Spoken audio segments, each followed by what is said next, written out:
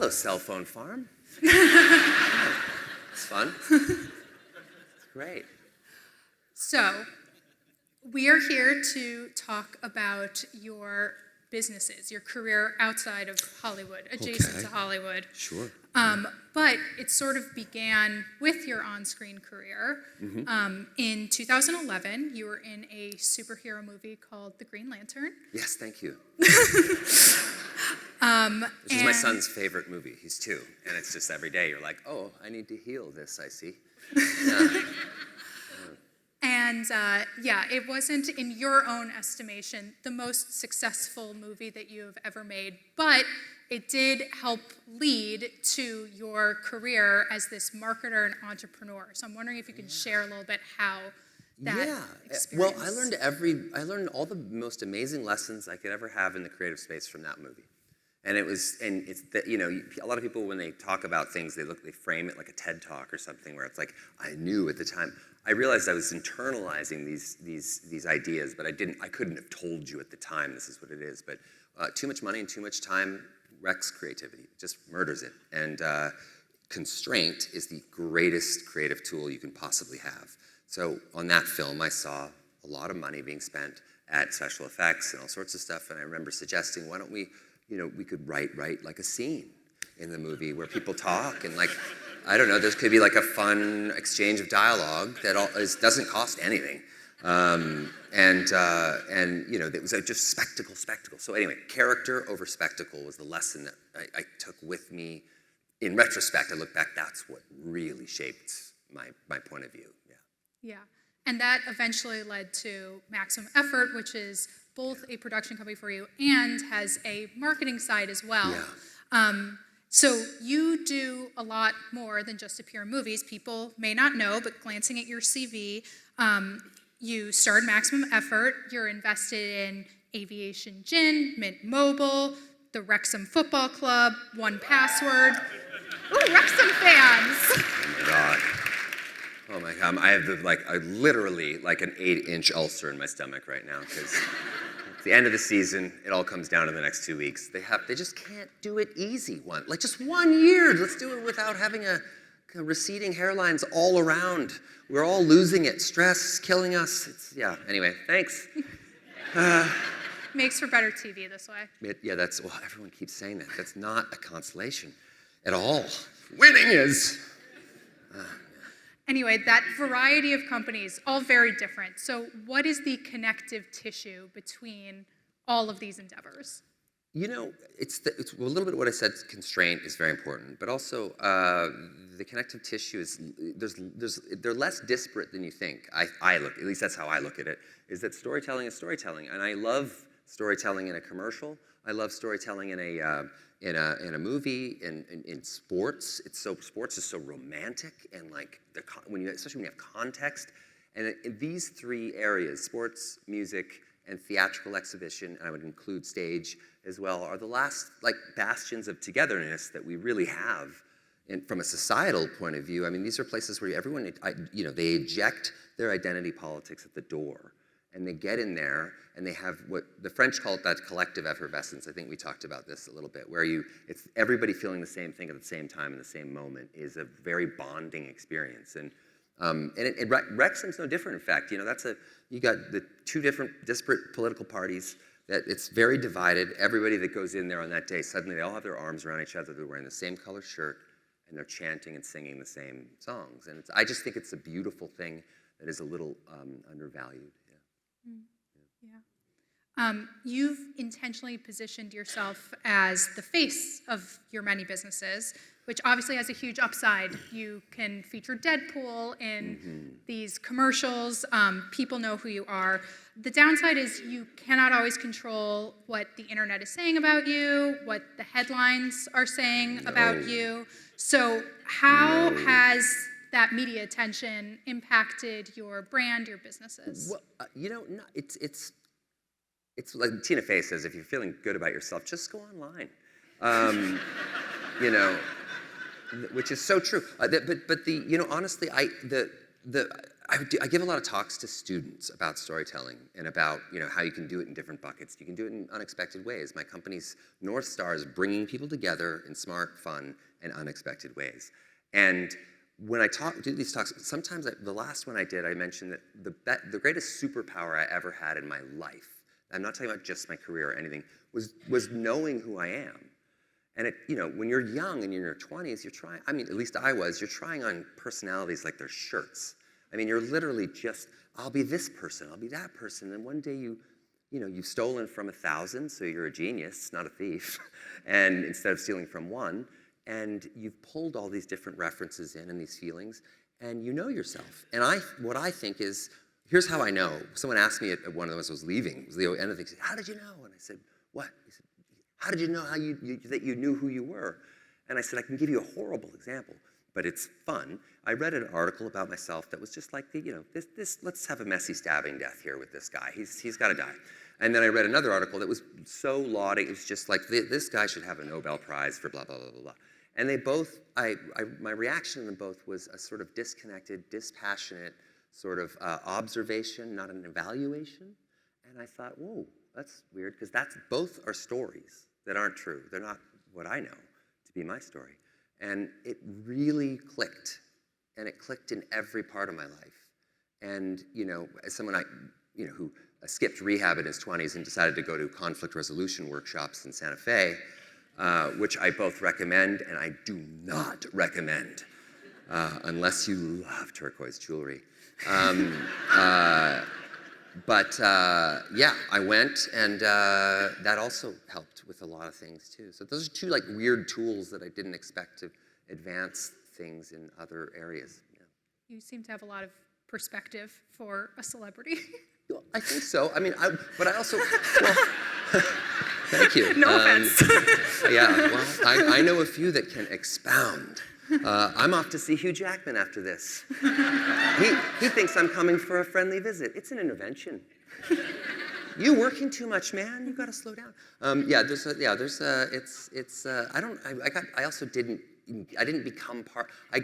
My career was an aggregate. It was very slow, so I didn't have that overnight success. I was in my 30s when I started, so I had, it was the risk of dying from fame is much, much lower when you get older.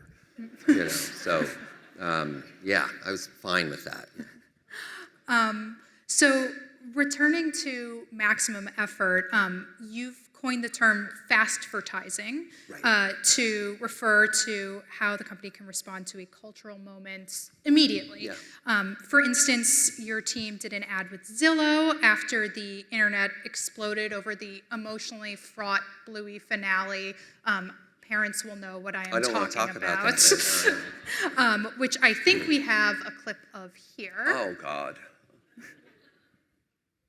Oh, okay, which no, is already played. Great. This reminds me of when I did McEnroe's talk show. You remember John McEnroe had a talk show? I'm probably older than most people here. I did his last show. I think I got him canceled.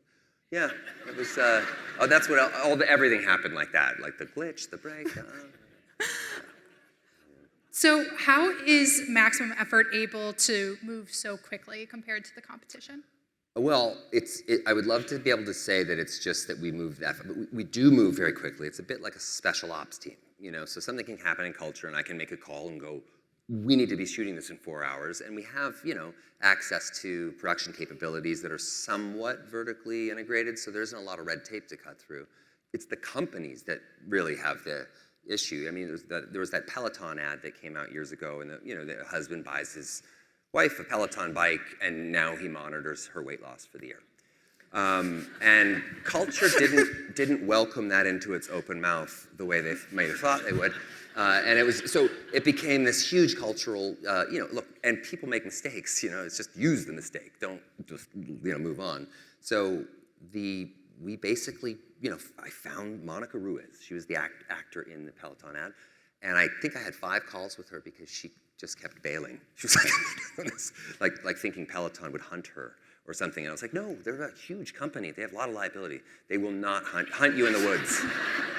They won't invite you to a dinner party and give you a 3-minute head start, I promise. So she came and we did the shot. This is super simple, just her drinking a glass of aviation gin, and then her friends say, something like, I think you look great And that's it. That's the whole commercial. So what I love about it, though, is that it went everywhere. It was like 5 billion media impressions, but no shots fired. Peloton was happy. Monica was happy. Aviation was really happy. Like it just killed for everybody. And I would love to say that was by design, but I think it is in a sense, because that's how we operate. We don't punch down. It just doesn't feel good. It's easy. It's lazy.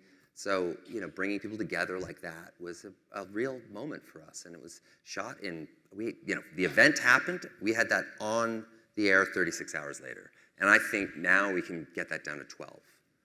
Yeah, I think we can get that probably. I think, Katie Couric could give an interview to someone in the morning and I could have it up, something about it up by, dinner time. Yeah, so, yeah. I look forward to that turnaround. Some of us don't. But yeah. Since we do have Wrexham fans in the audience, I do want to ask a question about Wrexham, which is, since you and Rob McElhenney invested in this struggling Welsh football club and made a docuseries about it, not only are they winning more, but they are reportedly selling more jerseys than teams like Arsenal, which for non-football, British football fans here, that's a big deal. We'll light a candle for Arsenal tonight. You have since invested in another soccer team, an F1 racing team. Are you, one, taking applications from other struggling sports franchises? And is the plan to replicate that experience, to find those stories with all of these different sports teams? I don't think so. I mean, I think some people think I'm ambitious. I'm obsessive, which is way worse. So I can only really do so many things, but Wrexham, that's why there's a docuseries, because it resonates for people, because there's a Wrexham in every country. There's a Wrexham in almost every state in the union, and there's, and even the state up north, Canada. There's a few of them up there too. But I love stories like that connect with people on that level. And, Rob comes from a working class family. I came from a working class family. Like, you understand that when industry dies or leaves in that post-Thatcherism era up there, it created a real depression. And the stories were like falling off trees. And it was really hard to kind of get that across at the beginning. We were working with one of our creatives that was at a company we hired to do the docuseries, really struggled to find stories. And I remember we were sitting there talking to the vicar at the church in Wrexham, beautiful old 500-year-old church. And he was about to leave, and I was talking to him about this. We just need to talk to people. I'm telling you, there's stories everywhere. And the vicar says, I gotta go, I'm so sorry. And I said, James, it's nice to see you. Where are you off to? He says, just off to do an exorcism. Bye, guys. And then off he goes, and I'm just, and he continues chatting. I'm like, I know, no, there, go get the guy. So that was where it really started. And then you talk to people, and they say things like, why Wrexham? And one woman said, nothing good ever happens to us. And I just was like, oh my God, that is an unbelievable thing to say, that nothing good happens to people in this town. And that's, I think, why it worked so well, because the football club and the community, they're one. It's the third oldest football club on earth. It plays in the oldest international stadium on earth. It's like a church. I mean, there's hundreds, maybe thousands of people's ashes have been scattered on the pitch. They're not on game day. But, I mean, although mine will be. Actually, I told them I won't make halftime. Yeah, right and center. Yeah, just where everyone slides. But I treat it like that, like a church, and you respect them. We really aren't pulling them into our story. We just wanted to be a part of theirs, which is why if you watch the show, we're only there if we're needed. If we need to explain something I'm going to sneak in one Deadpool and Wolverine question, which yeah. is, when we spoke about the character before, you mentioned that despite the fact that Deadpool and Wolverine broke a ton of box office records last year, that you think he works best as a supporting character. There are many upcoming Marvel movies that we now know involve X-Men. Are there chances that we will see him as a supporting character? I do think so. I think he works. I mean, in order for a character that talks like that to work, you have to take everything away from him.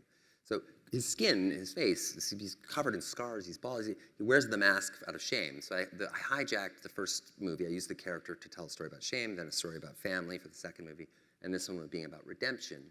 And I think we nailed redemption because redemption is something, one of the great American exports, I think. It's like when you miss something or someone, but you didn't know you missed them, is a very unique feeling for an audience. I mean, they got a few of those in that, but I can't take that was, the whole movie was an allegory for Disney buying Fox.